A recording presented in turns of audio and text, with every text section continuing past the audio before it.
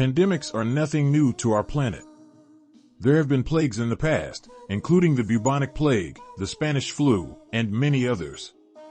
We hadn't seen one in a while, so it was only a matter of time before we saw another one. The number of people impacted is what distinguishes an outbreak from an epidemic. Pandemics spread rapidly and result in the deaths of large numbers of people. We're able to treat most ailments swiftly and effectively thanks to advances in science and technology.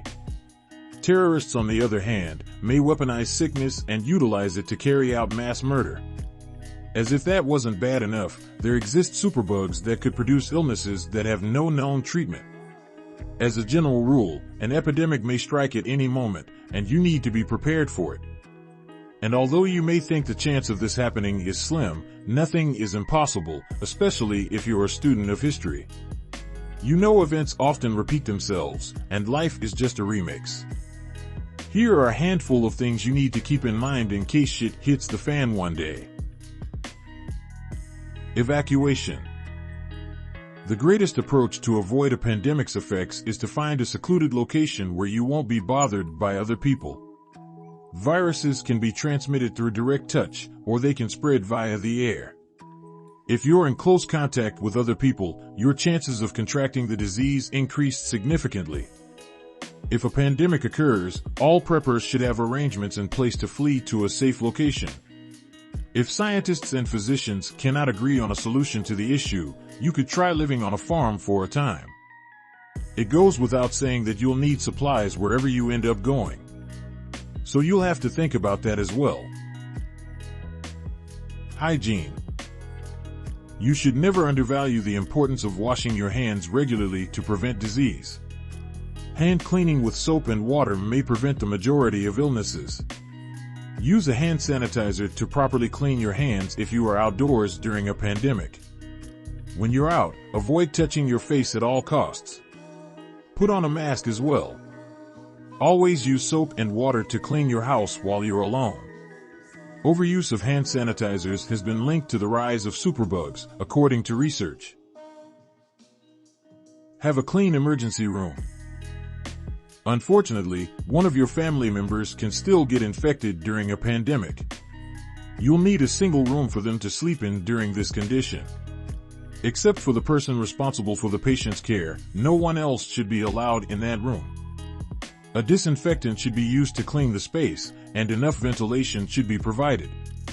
The air from that particular room should not be pumped throughout the home, so make sure you turn off any central air conditioning.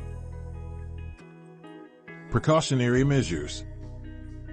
Hands, goggles, and shoes and coveralls are all required for the caregiver to treat the infected patient. In this way, the patient's skin is protected from unnecessary touch. Unless it's a garbage bag, nothing that goes in the room should come out. This includes first aid supplies, medications, and other items. When the trash bag is full, tie it up and take it outside to be emptied. Remove the garbage bag from the room and incinerate it if you can. Make sure it isn't sitting about the home.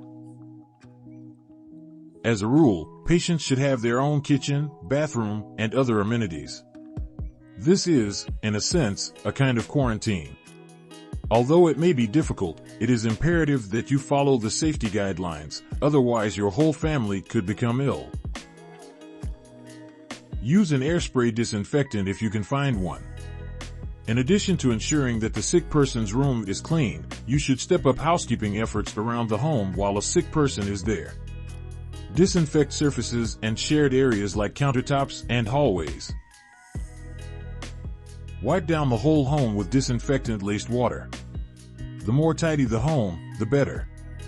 Be prepared by stocking up on everything from N95 masks to garbage bags and antiseptic spray to hand sanitizers and bleaches to ensure your house is virus-free. We can't always avoid a pandemic, but we can minimize how badly it affects us by following these guidelines. So keep them in mind, and as always, be safe out there. My name is Jetson, and if you want to support me, you can subscribe to my channel and hit the thumbs up button.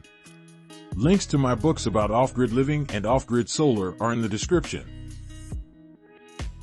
As always, remember to leave it the way you found it, or pack it up, pack it in, as House of Pain says.